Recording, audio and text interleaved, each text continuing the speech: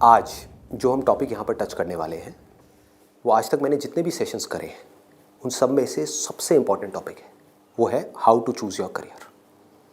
कि जो पेरेंट्स हमसे एक्सपेक्ट करते हैं कुछ हद तक वो एक्सपेक्टेशंस भी पूरी हो जाए और जो हम करना चाहते हैं वो भी हम कर सकें और आगे फाइनेंशियली ग्रो करने की जो पॉसिबिलिटीज़ हैं वो इनफाइनाइट हो। इससे पहले कि मैं आप लोगों को बताऊं कि ये चीज़ कैसे होगी या हमको क्या करना है, इसके लिए मैं आप लोगों से जानना चाहूँगा आप लोग अपना करियर कैसे चूज़ करते हैं। सर हम करियर चूज करते हैं जो हमारे पेरेंट्स आपस में सोचते हैं, जो बनना चाहते हैं वो सोचते हैं कि इसमें हमारा चिल्ड्रन फाइनेंशियली सही सक्सेसफुल हो सकता है और हो सकता है वो हमारे दिमाग में पहले से बचपन से सेट कर देते हैं कि आपको ये बनना है और हम छोटे होते हैं तो हम सोचते हैं कि यही हमारे लिए अच्छा ऑप्शन होगा, इसमें सक्सेसफुल हो सकते हैं। फिर वो बच्चे वही करने लग जाते हैं और फिर ये 90% बच्चे इससे चुनते हैं। मोस्टली क्या होता है कि फ्रेंड सर्कल के दबाव में आके लोग भेड़ चाल में आके कर लेते हैं, फ्रेंड ये करना तो हम भी ये करते हैं। सर बेसिकली जो होता है वो पेरेंट्स हमारे बोलते हैं कि 2 साल पहले उसने वो करा था आज वो सक्सेस है। वो जो है तेरे बड़े भैया जो है वो आज यूएस में बैठे हैं, ये जॉब कर रहे हैं। तो बेसिकली ये कहते हैं कि तू भी ये कर ले, तू भी उसकी तरह स्टैंड हो जा। कोई इंटरेस्ट के बारे में बात नहीं करता कि हमारा इंटरेस्ट किसमें है किसमें नहीं है। बट सर वो पेरेंट्स जब हमसे पूछते हैं कि आप ये नहीं करना वो नहीं करना तो बताओ क्या करना है, तो सर कई बार ये भी होता है कि हमारे पास ही जवाब नहीं होता, हम क्या करें, हमें यही नहीं पता होता।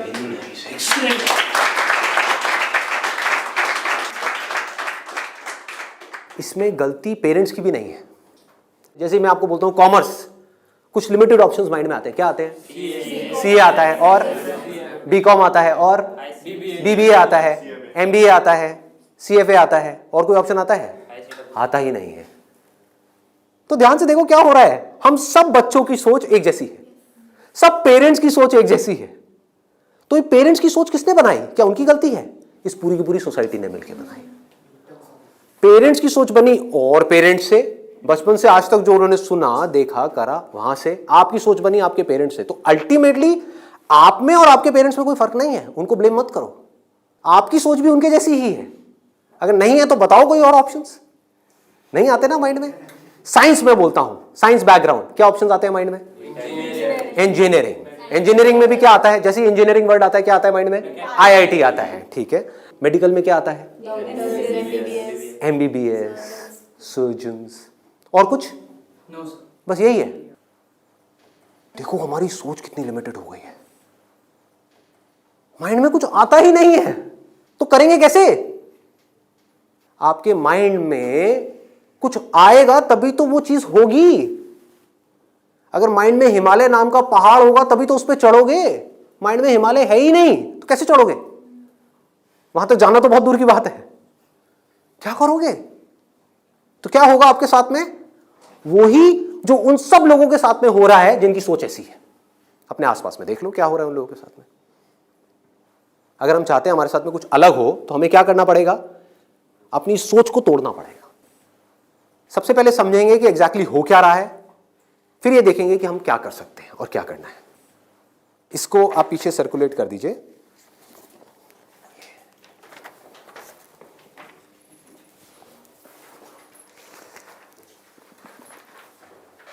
इसमें लिखा है how to choose a career.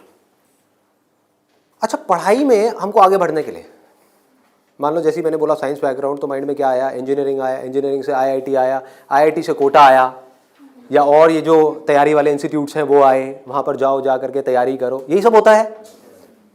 तो अब अगर आपको इस रास्ते पे सक्सेसफुल होना है कि मतलब आपको आईआईटी में पहुँचना है, आईआईएम्स में पहुँचना है, मेडिकल में टॉप कॉलेज में पहुँचना है, तो क्या चाहिए? हार्डवर्क से काम हो जाएगा। आराम से सोचो, आराम से सोचो। ये जो सोच है ना हमारी वो बड़ी खतरनाक बनी हुई है। उसी सोच पे क्वेश्चन मार्क लगाना है। हार्डवर्क सबसे ज्यादा कौन करता है? एक रिक्शे वाला, लेबरर सक्सेसफुल हो जाता है वो। ऐसे बच्चे देखे हैं जो बहुत हार्डवर्क करते हैं और तब भी नहीं हो पाता उनका, और ऐसे बच्चे हैं जो इतना हार्डवर्क नहीं करते हैं, अपनी लाइफ में एक बैलेंस बनाते हैं, मतलब घूमते फिरते भी हैं, मजे भी करते हैं, साथ साथ में पढ़ाई भी करते हैं और वो टॉप कर जाते हैं। तो इसका मतलब क्या है? हार्डवर्क पे क्वेश्चन मार्क लगाओ। हार्डवर्क इंपॉर्टेंट है, लेकिन हार्डवर्क भी अगर सही डायरेक्शन में ना किया जाए तो बकवास है। समझ रहे हो? सक्सेस यहां है, आप वहां भाग रहे हो पूरी जान लगा करके पागलों की तरह, कभी सक्सेसफुल हो सकते हो? हार्डवर्क तो कर रहे हो, क्यों नहीं हो सकते? डायरेक्शन ही गलत है। सबसे पहले क्या चाहिए? एक सही डायरेक्शन चाहिए, सबसे पहले, मोस्ट इंपॉर्टेंट। मतलब कि जिस डायरेक्शन में हम भाग रहे हैं, पहले हमको उसको समझना है कि हम सही डायरेक्शन में भी भाग रहे हैं या इसलिए भाग रहे हैं क्योंकि सब भाग रहे हैं। या ये कहो, हो सकता है ये जो सब भाग रहे हैं उसमें से कुछ लोगों के लिए वो डायरेक्शन सही हो, हमारे लिए गलत हो। समझ पा रहे हो? पता कैसे चलेगा कि कैसे पता लगेगा? एक्सीलेंट। देखो क्या है, सिर्फ दो पैरामीटर्स हैं जिसके ऊपर हमको दिमाग लगाना है। एक है कंपटीशन, एक है कंसंट्रेशन पावर। जहां पर भी कंपटीशन ज्यादा है, मतलब क्या है कि वहां पर लाखों बच्चे ट्राई कर रहे हैं, होना कितनों का है? 1%, 2%, 3%। रियलिटी है। मैं कुछ भी हाइपोथेटिकल बात नहीं करूंगा। क्या ये जो लाखों बच्चे ट्राई करते हैं, कोई भी ये सोच करके ट्राई करता है, लाखों रुपए जा करके कोचिंग इंस्टीट्यूट में स्पेंड करता है कि मेरा नहीं होगा? देखो कितना मजेदार है। मतलब लाखों को यह लग रहा है कि हमारा हो जाएगा। तो अब सबसे पहला यहां पर जो क्वेश्चन पूछना है, जो ना अभी पेरेंट्स पूछ रहे हैं ना बच्चे खुद पूछ रहे हैं, वो अपने आप से पूछना है। वो ये कि मेरी कंसंट्रेशन पावर्स कैसी है। सिंपल है ना? इसमें कोई कॉम्प्लिकेटेड है? कि अगर आपको इन कॉम्पिटिटिव एग्जाम्स में कॉम्पीट करना है, दिन में 10-10 घंटे पढ़ना है, 15-15 घंटे पढ़ना है, उससे भी काम नहीं होने वाला, क्योंकि बहुत लोग पढ़ते हैं फिर भी नहीं कर पाते। तो इसका मतलब क्या है? आपको अपने आप से सच बोलना होगा। अब ये बड़ा टेढ़ा काम है, क्योंकि दुनिया में हमारी आदत क्या पड़ी हुई है? झूठ बोलने की।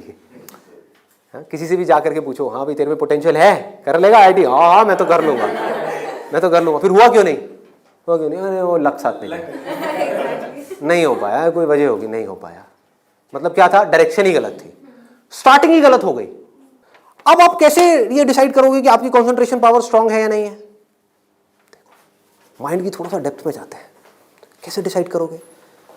जब भी आप किसी कॉम्पिटिटिव एग्जाम में कॉम्पीट कर रहे हो, तो आपको ये देखना होगा आपके कॉम्पिटिटर्स कौन है। फॉर एग्जाम्पल, आप एक रेस में भाग रहे हो, आपके साथ में कोई एथलीट है जिसने 10 साल प्रैक्टिस करी है रेस में भागने की। आप कभी नहीं भागे, धीरे धीरे जॉगिंग करी है, लेकिन रेस में कभी तेज नहीं भागे। जीत पाओगे उससे? करो हार्डवर्क। वो 10 साल से भाग रहा है और वो रुकने वाला नहीं है, उसके पास में पूरा का पूरा एक मोमेंटम है। वो अगले 2 साल तक भी ऐसे ही भागने वाला जैसे वो 10 साल से भागता आया है। आप अभी भागना शुरू कर रहे हो। तो पहले अपनी कंसंट्रेशन पावर्स को कंपेयर करना है किसी और के साथ। That is going to be a realistic solution. एक है थियोरेटिकल सोल्यूशन। थियोरेटिकल क्या है? माँ बाप कह रहे हैं बच्चों को भागो, बच्चे भी अंदर से कह रहे हैं भागो। यही हो रहा है। करेंगे करेंगे करेंगे करेंगे करेंगे, चार्ज अप हुए पड़े हैं पागलों की तरह। इनको ये नहीं समझ पा रहा कि मेरे अंदर वो स्ट्रेंथ है भी या नहीं है। बहुत बारीक बात है, अगर इसको हमको समझ आए तो। एक बॉक्सिंग रिंग में आप हो, ठीक है, तो सामने देखो कि जो बॉक्सर है वो है कौन जिससे आप लड़ने के लिए जा रहे हो। इसी को तो कंपटीशन बोलते हैं। तो अगर उस कंपटीशन को आपको जीतना है, और जीतना ही है, हारना किसको है? किसको अपने माँ बाप के पैसे डुबोने हैं? किसको अपनी लाइफ खराब करनी है? जीतना ही है। तो जीतने का क्या तरीका है? पहले अपने कॉम्पिटिटर्स की स्ट्रेंथ को समझ जाओ। समझ लो कि आप कॉम्पीट कर किसके साथ में रहे हो। वो कैसे समझोगे? रियलिस्टिकली अपने आप से पूछो, अपने स्कूल के बैकग्राउंड के बेस पे या जो भी आज तक आपने किया है उसके बेस पे। कुछ बच्चे होते हैं जिनको एक चैप्टर है, मान लो एक बुक में, उसको पूरा याद करने में या समझने में 1 घंटा लगता है। आपको कितनी देर लगती है? 5 घंटे, 6 घंटे, 10 घंटे या आधा घंटा? ये पूछो अपने आप से। Then you will be able to जज your strength in comparison to your competitors. ये जो 13 लाख बच्चे हैं, इसमें से 10% बच्चे ऐसे हैं जिनकी कॉन्सेंट्रेशन पावर्स एक्स्ट्रा ऑर्डिनरी है। उनसे अगर आप कॉम्पीट कर रहे हो तो एटलीस्ट आपकी कॉन्सेंट्रेशन पावर्स एक्स्ट्रा ऑर्डिनरी होनी ही चाहिए। और कॉन्सेंट्रेशन पावर एक दिन में एक्स्ट्रा ऑर्डिनरी नहीं होती है, ये प्रैक्टिस है। मतलब उन्होंने कई सालों तक इसकी प्रैक्टिस करी है, तब जाके उनकी कॉन्सेंट्रेशन पावर एक लेवल तक पहुंची है। तो आप अपने आप से ईमानदारी से सवाल पूछो तो सही कि आपकी कॉन्सेंट्रेशन पावर है कैसी। अगर एक्स्ट्रा ऑर्डिनरी है और आप ऐसे कंपटीशन में जा रहे हो जहां पे कंपटीशन बहुत हाई है, तो आपके सक्सेसफुल होने के क्या चांसेस हैं? क्या 100% है? पूछो अपने आप से। दिमाग को खोलो। दिमाग बंद हुआ पड़ा है लोगों का। आईआईटी में लोग कहाँ से आते हैं? सिर्फ दिल्ली से आते हैं, सिर्फ बॉम्बे से आते हैं? कहाँ से आते हैं? ऑल ओवर इंडिया से। मान लो 1 लाख बच्चे ऐसे हैं इंडिया में अलग अलग स्कूल्स में जो अपनी अपनी क्लास में टॉपर हैं। उनको क्या लग रहा है कि मेरी स्ट्रेंथ बहुत तगड़ी है। ये बात हो रही है टॉपर्स की। लेकिन जब वो जाएंगे कॉम्पीट करने तो और भी ऐसे टॉपर्स आए होंगे जो उनसे भी आगे होंगे। आप समझ गए? तो यहां पे आपने क्या किया? एक बहुत बड़ा काम कर दिया, अपने आप से सच बोल दिया और यही सच जा करके अपने घर वालों को बोल दिया। इससे क्या होगा? आप एक ऐसे कंपटीशन से बच सकते हो जहां पर आपके हारने के चांसेस बहुत ज्यादा है, क्योंकि एक्चुअल में कंपटीशन है किसके बीच में? देखो, उन लोगों के बीच में जिसमें पोटेंशियल है। एक रेस हो रही है ओलंपिक्स में, वो किसके लिए है? जिसने बहुत प्रैक्टिस करी है, जिसके अंदर पोटेंशियल है, स्टैमिना है, फोकस करने की पावर्स है, डिस्ट्रैक्शन से वो अपने माइंड को हटा सकता है, उसके लिए है ना। सबके लिए तो नहीं है। अगर सबको भगा दिया जाए उस रेस में तो क्या होगा? क्योंकि उसमें जीतने के बाद गोल्ड मेडल मिलता है, अखबार में फोटो आती है। अखबार में फोटो आती है ना, इन कोचिंग इंस्टीट्यूट्स की फोटो आती है, नाम लिखे होते हैं, ऑल इंडिया रैंक ये है, ये है, ये है। उसको देख करके क्या होता है माँ बाप की हालत? उनको उसकी फोटो नहीं दिख रही होती, अपने बच्चे की फोटो दिख रही होती है। यहाँ पे आने वाले इतने साल बाद मेरे बच्चे की फोटो होगी, मेरी बेटी की फोटो होगी, उसकी ये रैंक होगी। यहाँ से क्या हो रहा है? हम अननेसेसरी अपनी एक ख्याली दुनिया खड़ी कर रहे हैं। पेरेंट्स ने अपने दिमाग में एक ख्याल बना लिया। अब यहाँ तक प्रॉब्लम नहीं है, उन्होंने वही किया जो होना था, सबके साथ होता है। कौन नहीं चाहेगा? गड़बड़ कहाँ हुई? आप भी इस खेल को नहीं समझ पाए, आप समझ ही नहीं पाए हो क्या रहा है। ये जो कोचिंग इंडस्ट्री है आज की डेट में 1.5 लाख करोड़ की इंडस्ट्री है। ये पैसा कहाँ से आ रहा है? हम सब से आ रहा है, हमारी जेब से आ रहा है। तो अगर इस खेल को हम समझ जाएं, हमारे पेरेंट्स नहीं भी समझ पा रहे क्योंकि वो तो सपने देखेंगे ही, और हम जाकर के बोले ये सपना आप अभी रोक दो, इस पे लगाम लगाओ, देखो पहले कि आपका बच्चा कहाँ स्टैंड करता है।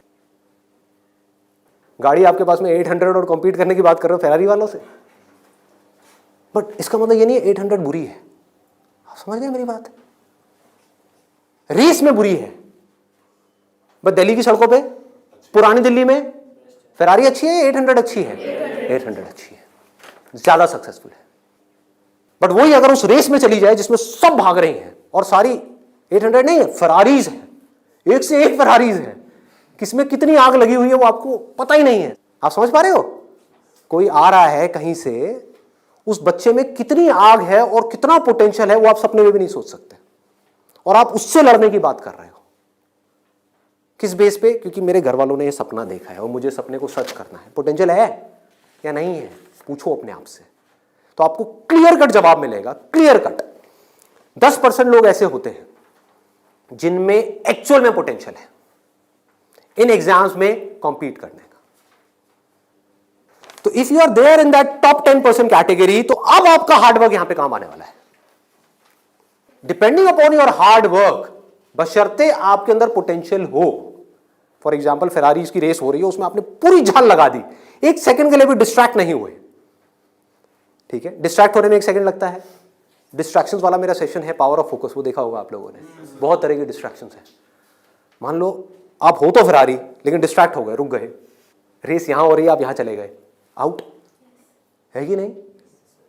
तो आपको पूरी तरह से फोकस्ड रहना पड़ेगा, हार्डवर्क करना होगा, डेडिकेशन चाहिए, डिजायर चाहिए, सब कुछ चाहिए।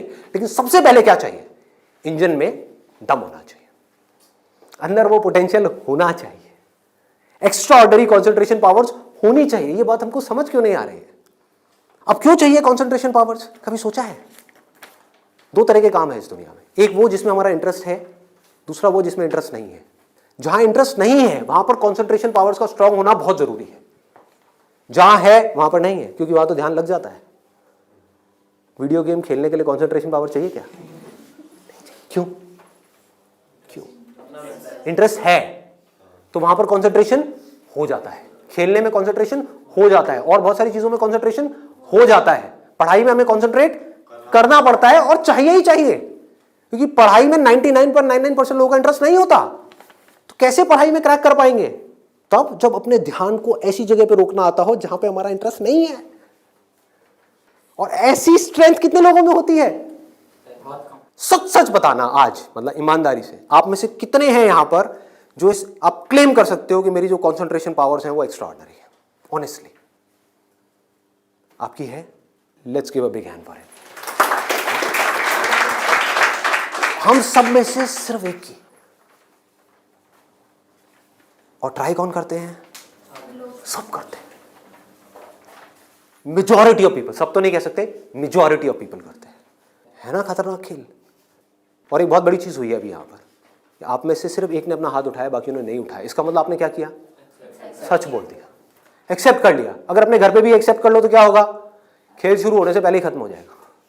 अगर ये मेजॉरिटी ऑफ बच्चों को समझ आ जाए, इंडिया में लाखों बच्चे मेरी वीडियोस देखते हैं, उनको ये समझ आ जाए और वो अपने आप से सच बोल दें, अपना हाथ ऊपर ना करें, अपने घर पे जाकर के बोल दें मेरी कंसंट्रेशन पावर एक्स्ट्रा ऑर्डिनरी नहीं है। हाँ, मेरी क्लास में कुछ 4 बच्चे हैं, उनकी है, वो भी कॉम्पीट करने जा रहे हैं, उनको करने दो। मुझे नहीं लगता कि मैं जीत पाऊंगा इस खेल में। हाँ, कुछ और ऐसे खेल हैं जहां पर मैं फाड़ दूंगा। तो क्या होगा? अब क्या आपके पेरेंट्स भेजेंगे आपको? पहले ही बोल दो, आपने भेजना है भेज दो, लेकिन आपका पैसा डूबेगा। 5 लाख डुबोने हैं, डुबो दो। भेजना है भेज दो, मुझे पता है मेरा नहीं हो पाएगा। ये झूठ है, ये नेगेटिव थिंकिंग है, या ये रियलिस्टिक थिंकिंग है? देखो समझो, realistic thinking, that is the biggest thing जो हमको समझना है। पॉजिटिव थिंकिंग का लोग मतलब क्या निकालते हैं कि मेरे पास में मारुति 800 है और मैं ये एक्सेप्ट ही ना करूं कि मेरे पास में मारुति 800 है, मैं अपना ख्याल बना लूं कि मेरे पास में फेरारी है और जाकर के कॉम्पीट करूं ऐसे लोगों के साथ में जिनके पास में एक्चुअल में फेरारी है। फर्क पता लग रहा है? और ऊपर से अपने आप को पॉजिटिवली अंदर से मोटिवेट करता रहूं। घर वाले भी मुझे रोज फोन करके, नहीं बेटा तू कर सकता है, कर सकता है, कर सकता। रियलिटी को देखो ही ना, अपनी स्ट्रेंथ को देखो ही ना, अपनी आंखें बंद कर लो, सच बोलो अपने आप से। जीत सकते हो तो लड़ो, नहीं जीत सकते तो कोई ऐसी जगह पे जाओ जहां पे आप जीत सकते हो, या बेटर स्टिल जहां पे कोई कंपटीशन ही ना हो। आगे बढ़ते हैं। दूसरा क्या है? ये तो हो गई पहली कैटेगरी, एक्स्ट्रा ऑर्डिनरी, जो यहां पर अभी कोई भी नहीं मिला, सिर्फ एक मिला है। दूसरा है ऑर्डिनरी। 90% लोग एक क्लास में, 90% स्टूडेंट्स इंडिया में वो इस सेगमेंट में आते हैं। अब मजे की बात क्या है, ये जो कोचिंग इंस्टीट्यूट्स हैं, इनकी दुकानें कैसे बच्चों से चल रही है? ऐसे बच्चों से।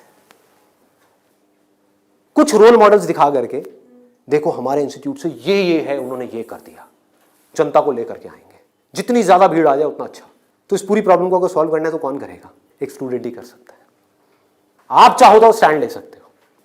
स्टैंड मतलब क्या? सच बोल दो। ऑर्डिनरी लोग 90% ये कहां जा रहे हैं? हाईली कॉम्पिटिटिव फील्ड्स में जा रहे हैं। क्यों जा रहे हैं? क्योंकि सब जा रहे हैं, क्योंकि उन्हें लग रहा है कि मेरा हो जाएगा। मैं ये नहीं कह रहा कि अगर आप ऑर्डिनरी हो और एक हाई कॉम्पिटिशन वाली फील्ड में जा रहे हो तो आपका नहीं होगा। I am not saying that the possibility is 0%, I am saying possibility is 1%। Genuine है, वो भी तब है अगर आप मेहनत करो तो। अगर वहां जाकर के मेहनत ही ना करो तब तो बिल्कुल नहीं होगा।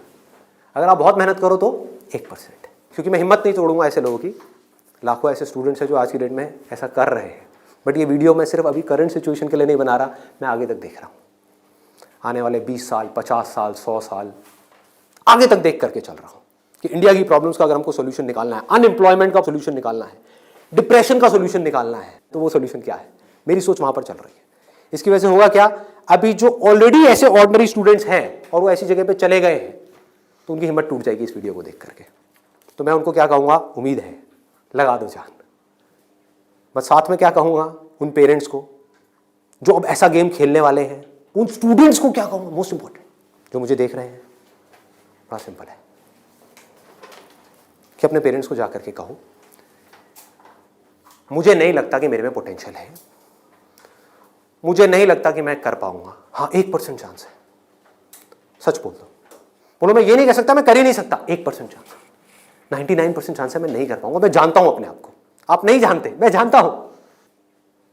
मुझे पता है अंदर से कि मैं क्या हूं, मुझे पता है अंदर से कि मेरे अंदर कितनी आग है, कितना पोटेंशियल है। मैं अपने दोस्तों के साथ में बैठ के पढ़ा हूं, मुझे पता है अंदर से कि मैं क्या हूं। तो आप क्या कहोगे? सच बोलोगे अपने घर वालों को जाके कि देखो अगर आप मुझे 2 साल तक की कोचिंग कराओगे, उसमें मान लो ₹1,00,000 साल की फीस हो गई, प्लस रहना खाना पीना what ever it is, total मान लो 2 साल में कितना खर्चा आया? 4-5 लाख रुपए। 5 लाख मान लेते हैं।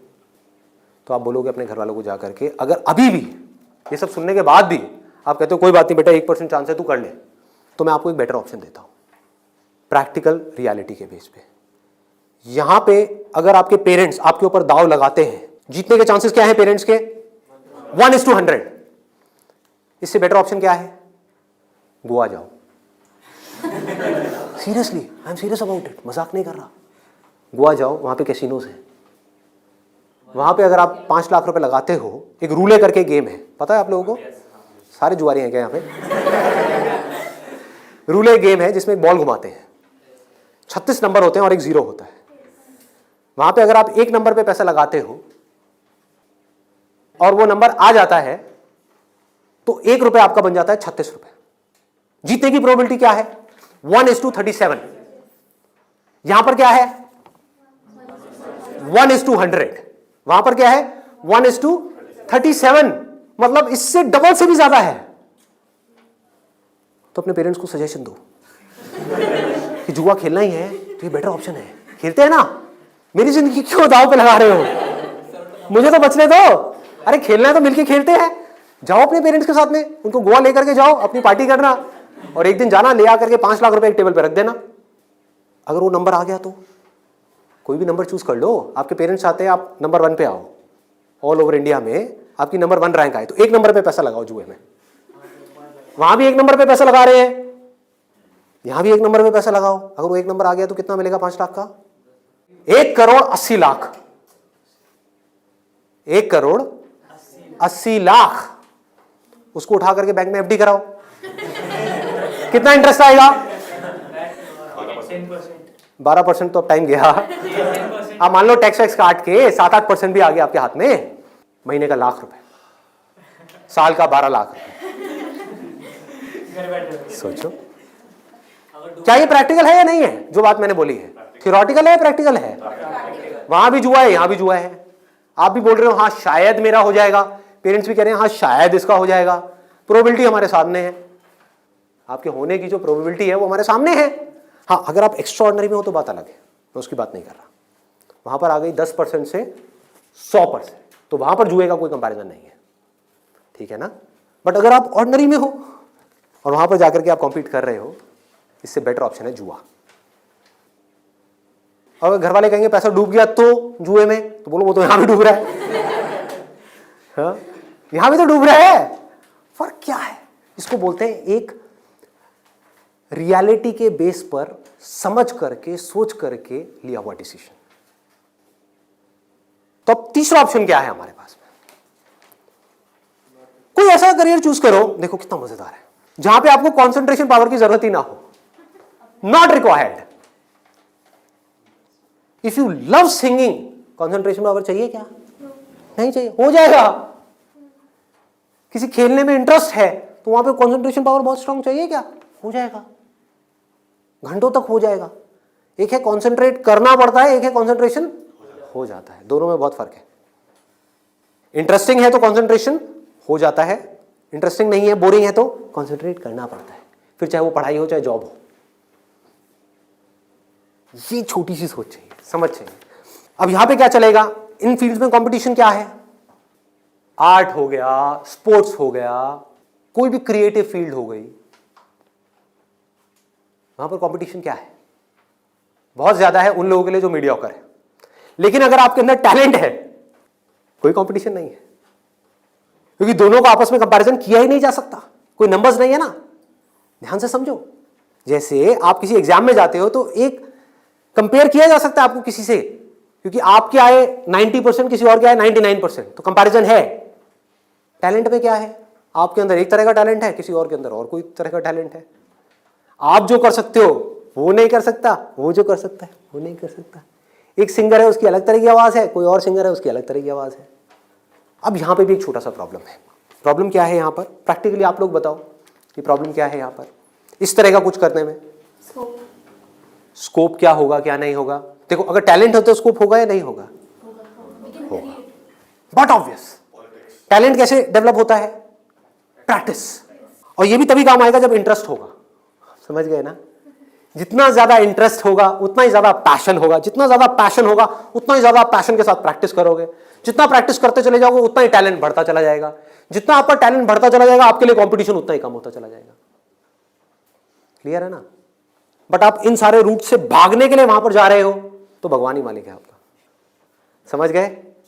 पढ़ाई के टॉर्चर से बचने के लिए जबरदस्ती कोई ऐसा काम नहीं है जो आपको बहुत इंटरेस्टिंग लगता है फिर भी आप कर लो, आप कहो हाँ ये सही है, तो आपका वही हाल होगा जो वहां पे कंपटीशन में बाकी लोगों का हो रहा है। मतलब आपको जेन्युइनली चूज करना होगा कोई ऐसा interest which you are extremely passionate about, extremely passionate about. ठीक है, इससे भी एक स्टेप आगे बढ़ते हैं। यहां पे प्रॉब्लम एक है बहुत सिंपल सी, जो मेरे पास में कमेंट्स आते हैं कि हमें पता ही नहीं है कि ऐसा इंटरेस्ट क्या है। I don't know what that interest is. मेरे लिए ऐसा कोई इंटरेस्ट नहीं है, कोई ऐसा टैलेंट नहीं है, कोई ऐसी स्किल नहीं है जो मैं कह सकूं कि हाँ इसके बेस पे मैं अपनी पूरी लाइफ स्टेक पे लगा सकता हूं। उनके लिए क्या सोल्यूशन है? आपके घर वाले चाहते हैं आपको डिग्री मिले, आप चाहते हो कुछ अपना करना, फाइनेंशियली भी सक्सेसफुल हो जाओ, तो उसका ऑप्शन क्या है? ये रहा। यानी कि आप बहुत ज्यादा टफ एग्जाम्स को क्रैक नहीं कर सकते, बहुत ज्यादा टफ पढ़ाई नहीं कर सकते, लेकिन आप पढ़ सकते हो। तो आप एक ऐसी फील्ड चूज करते हो जहां पे कंपटीशन लो है, जहां पे कंपटीशन कम है, और अगर वहां पर आप स्मार्ट वर्क करने लग जाओ तो आपके जीतने के जो चांसेस हैं, सक्सेसफुल होने के चांसेस हैं, that starts from 10% and goes up to 100%, as good as उन लोगों के कंपैरिजन में जो यहां पर टॉप पर है। और यहां पर कोई लिमिट नहीं है कि हम क्या कर सकते हैं। स्मार्ट वर्क को मैंने नीचे डिफाइन भी किया हुआ है कि what does smart work mean. It means developing your understanding, that is smart work. जो काम आप कर रहे हो उसकी समझ अगर आपको है कि आप क्या कर रहे हो, क्यों कर रहे हो, कैसे कर रहे हो, तो आप स्मार्ट वर्क कर रहे हो। समझ नहीं है बस कर रहे हो तो आप हार्ड वर्क कर रहे हो। अब इसमें मैं आपको एक प्रैक्टिकल एग्जांपल देने वाला हूं। एक सिंपल सा करियर मैं आपको बता रहा हूं, फिजियोथेरेपी। सुना इसके बारे में सबने? अभी कुछ दिन पहले मेरी नेक में थोड़ा सा पेन हुआ, मैंने गूगल पे जाकर के सर्च किया physiotherapy services at home in my area. Locality मैं नहीं बताऊंगा नहीं तो लोग मेरे घर आ जाएंगे। तो मैंने सर्च किया, वहाँ पर ऊपर कुछ लिस्टिंग्स आई, कुछ वेबसाइट्स आई, उसमें एक डॉक्टर का नाम मुझे मिला, उनकी मैं वेबसाइट पे गया, वहाँ जा करके उन डॉक्टर के बारे में मैंने 2-3 मिनट पढ़ा, समझा, मुझे अच्छा लगा पढ़ करके, समझ करके। उनको फ़ोन किया, वो मेरे घर पे आए, उन्होंने मुझे 7 दिन तक फिजियोथेरेपी ट्रीटमेंट दिया। वो एक ट्रीटमेंट का लेते हैं 500 से 700 रुपये, कई बार 1000 रुपये भी लेते हैं, depending upon the complications and time involved. मेरे से उन्होंने लिए 500 रुपये। मैंने उनसे पूछा कि आप दिन में ऑन एन एवरेज कितने ट्रीटमेंट्स करते हो? उन्होंने कहा एक दिन का ऑन एन एवरेज मैं 8 से 10 ट्रीटमेंट्स करता हूँ। मैंने कैलकुलेशन करी, दिमाग चलाया, 8 से 10 का मतलब क्या हुआ? 4 से 5,000 रुपये एक दिन का, एक महीने का नहीं, एक दिन का। कितना हो गया एक महीने का? लाख से 1.25 लाख रुपए।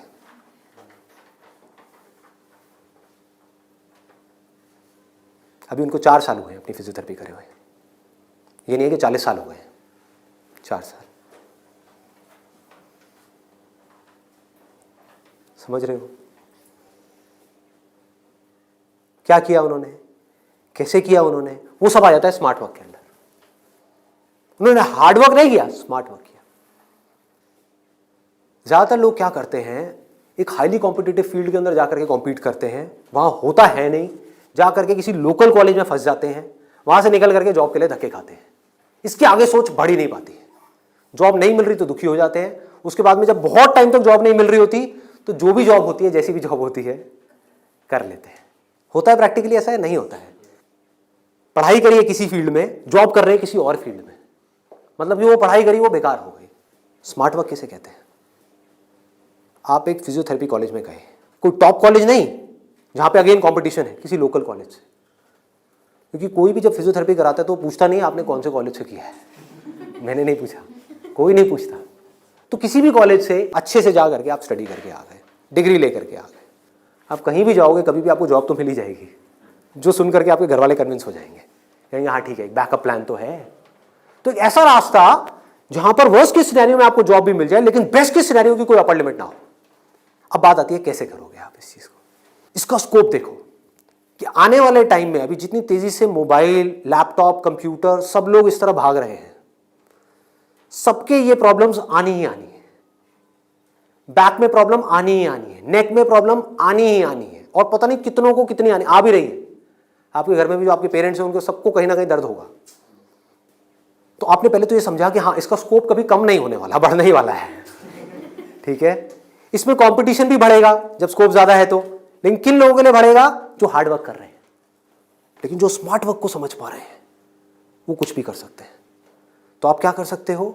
आपने कहा कि सिर्फ इससे काम नहीं चलने वाला, वो मुझे समझ आ रहा है, जैसे मैंने फिजियोथेरेपी का किया, सिर्फ इससे काम नहीं चलने वाला, तो इसके साथ में कुछ और चीजें भी हैं जो मुझे सीखनी पड़ेंगी। क्या सीखना पड़ेगा? जिसका हो सकता है इससे डायरेक्ट कोई कनेक्शन ना हो। 1 महीने का छोटा सा कहीं से वेबसाइट डेवलपमेंट का कोर्स कर लिया और ऑनलाइन मार्केटिंग का, कि ऑनलाइन मार्केटिंग कैसे करते हैं। गूगल में जब भी आप कुछ सर्च करते हो तो वहां पे एड्स आती हैं, उसको बोलते हैं गूगल एडवर्ड्स। ये किस तरह से काम करता है? आपने कहा ऑनलाइन मार्केटिंग मैंने सीख ली, उसके अलावा मुझे अपनी कम्युनिकेशन स्किल्स पे काम करना होगा, क्योंकि अगर मैं कहीं जा रहा हूं, किसी से बात कर रहा हूं और मैं बेवकूफ लग रहा हूं बात करने में, तो कोई मुझे दोबारा क्यों बुलाएगा? तो आपने क्या किया? कम्युनिकेशन स्किल्स का एक कोर्स किया 1 महीने का, उसके अलावा इंग्लिश स्पीकिंग का एक कोर्स किया 6 महीने का या 1 साल का। इस सबसे हो क्या रहा है? आप एज एन इंडिविजुअल बेटर बनते चले जा रहे हो। उसके बाद में धीरे धीरे आप अपनी एक क्लाइंटेल बनाओगे। शुरू में मान लो आपको दिन में 2 या 4 लोगों ने बुलाया, वर्स्ट केस सिनेरियो मान लो ना, घर से आप ऑपरेट कर रहे हो, अभी आपने कोई अपना क्लिनिक नहीं बनाया है, घर से आप ऑपरेट, और ये कोई थ्योरेटिकल बात नहीं है, ऐसे बहुत सारे लोग हैं जो ऑलरेडी ये काम कर रहे हैं, बहुत लोग कर रहे हैं। अपने नाम को मल्टीपल वेबसाइट्स में आप लिस्ट कर दोगे, इनको डायरेक्टरीज बोलते हैं, ऑनलाइन डायरेक्टरीज। तो ऑनलाइन सर्च इंजन में कोई भी कुछ भी सर्च करेगा तो कहीं ना कहीं वो आप तक पहुंच जाएगा, चाहे वो एक वेबसाइट के थ्रू पहुंचे, चाहे आपके थ्रू पहुंचे, चाहे एड के थ्रू पहुंचे, चाहे कहीं से भी पहुंचे, वो आप तक पहुंचेगा। अगर उनको आपने सेटिस्फाई कर दिया, अपनी बातों से भी, अपने ट्रीटमेंट से भी, ईमानदारी से, जेन्युइनली अच्छा ट्रीटमेंट कर दिया, तो वो क्या करेंगे? लोकेलिटी में रिकमेंड करेंगे, अपने फ्रेंड सर्कल में करेंगे, अपने रिलेटिव्स में करेंगे। तो धीरे धीरे क्या होगा? कुछ महीनों में क्या होगा? यहां पे थोड़ा पेशेंस रखना होगा। ये नहीं है सारा काम 1 दिन में हो जाएगा। आईआईटी में भी आपका एडमिशन होगा तो ये नहीं कि हलवा है वहां से क्लियर करना, 4 साल तक लग करके दिन रात काम तो करना ही पड़ेगा ना, यहां भी करना पड़ेगा। तो आप सीखते जा रहे हो, समझते जा रहे हो, धीरे धीरे आपको कुछ ऐसी टेक्नोलॉजीज के बारे में पता लगेगा, कुछ ऐसे इक्विपमेंट्स के बारे में पता लगेगा। इसमें हजारों तरह के इक्विपमेंट्स हैं, हजारों तरह की चीजें हैं, अलग अलग तरह के ट्रीटमेंट्स के लिए। इतनी बड़ी फील्ड है ये। आप आने वाले टाइम में फिजियोथेरेपी का एक ऐसा क्लिनिक बना सकते हो अपनी सिटी में या कहीं पर भी, जो अपने आप में स्टेट ऑफ द आर्ट हो, मतलब ऐसा जो पूरे इंडिया में ना हो। और क्लिनिक आप ऐसे करते करते धीरे धीरे, अभी 1 दिन में या 2 दिन में नहीं होगा, मान लो 5 साल में होगा, 10 साल में होगा, 20 साल में होगा। क्लिनिक कितना बड़ा हो सकता है, कितने क्लिनिक्स हो सकते हैं, क्या क्या हो सकता है, कोई लिमिट नहीं। अगर कुछ लोग जो मेरी इन बातों को समझ पाए, जो बातें मैं कर रहा हूं, और कुछ ऐसी डायरेक्शन में जा पाए सेंसिबल तरीके से, smartly, not by doing a lot of hard work but by doing smart work, तेजी से आगे बढ़ पाए, तो आने वाले टाइम में यही वो लोग होंगे जो आने वाले टाइम में लोगों के लिए जॉब अपॉर्चुनिटीज क्रिएट करेंगे। अंदर से एक ये फीलिंग होनी चाहिए कि मुझे लोगों की प्रॉब्लम्स को सॉल्व करना है। अगर मैं कर पाया तो मेरी प्रॉब्लम्स तो सारी अपने आप सॉल्व हो जाएंगी, वो लोग करेंगे ना। अगर आपने किसी के दर्द का इलाज कर दिया तो वो आदमी आपको पता है क्या कहेगा? बताओ आपको क्या चाहिए। वो लोग आपके पीछे आएंगे। आपने उनको बोल दिया ना, नहीं मैं आज आपका ट्रीटमेंट नहीं कर रहा, नहीं डॉक्टर साहब आप बताओ कब आओ। मतलब कि अपने आप को अंदर से स्ट्रांग बना लो तो दुनिया भागती हुई आपके पास आएगी। ये एक रास्ता है। एक है अंदर से तो स्ट्रांग बनो मत और दुनिया के पीछे भागते रहो।